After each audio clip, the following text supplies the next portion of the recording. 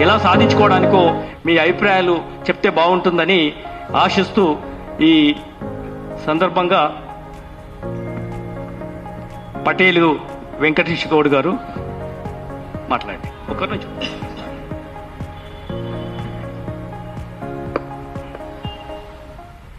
వేదికను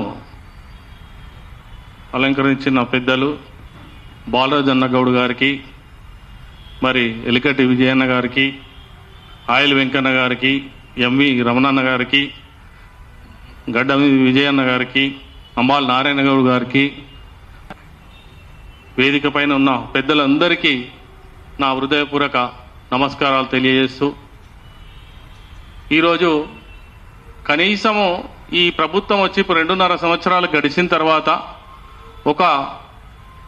ఏ ఒక్క ఇచ్చిన హామీని గిటా నెరవేర్చలేదు కనీసం. ఎందుకంటే మనము వాళ్ళపై ప్రతిఘటన చేస్తేనే మనము ఖచ్చితంగా మన హామీలు నెరవేర్చే వరకు మనం పోరాడితేనే తెచ్చుకోగలుగుతాం తప్ప ఏం చేయలేము. మనం అప్పుడు గట్టిగా పోరాడేపటికీ ఆ నీరాకేపు అంతవరకు అది నిలిచిపోయింది.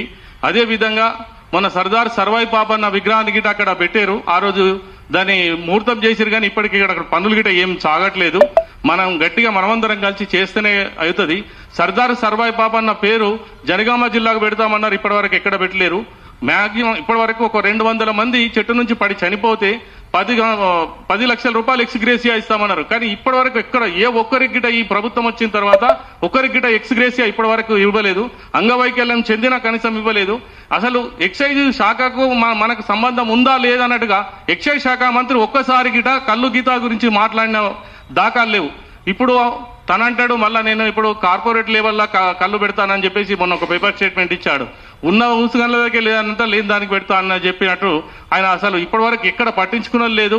కనీసం మన గీతా కార్పొరేషన్ ఏర్పడి ఉన్నది కాబట్టి దానికి ఇప్పటివరకు ఒక చైర్మన్ పదవి లేదు. ఎందుకంటే మనం ఇంత బ్యాక్వర్డ్ ఉన్నట్టుగా వాళ్ళు మనను ఎంత ప్రభువులో పెడుతున్నారు. అందులో ఉన్న పెద్దలు ఇప్పటికైనా కానీ కనీసం ఆలోచించి లేని కార్పొరేషన్లు ఏర్పాటు చేసి చైర్మన్ పదవులు గట్ట చెప్పారు. కానీ మన గీతా కార్పొరేషన్ కు కనీసం చైర్మన్ పదవి ఇవ్వట్లేదు. చైర్మన్ పదవి ఇస్తే కనీసం బడ్జెట్ అన్న కేటాయించాల్సి వస్తుందని చెప్పేసి 2.5 సంవత్సరాలు వచ్చింది కాంగ్రెస్, కానీ ఒక్క బడ్జెట్ గిట గీతా కార్పొరేషన్ కి ఇప్పటివరకు కేటాయించలేదు. కావున మనందరము కలిసికట్టుగా ప్రతి ఒక్కరం పనిచేస్తే ఖచ్చితంగా మన హక్కును మనం పోరాడతాం తప్ప లేకపోతే మనం ఇట్లనే బ్యాక్వర్డ్ పోవాల్సి వస్తుంది. కాబట్టి ఇది నా హృదయపూర్వకంగా తెలియజేస్తున్నాను. అందరికీ నమస్కారం.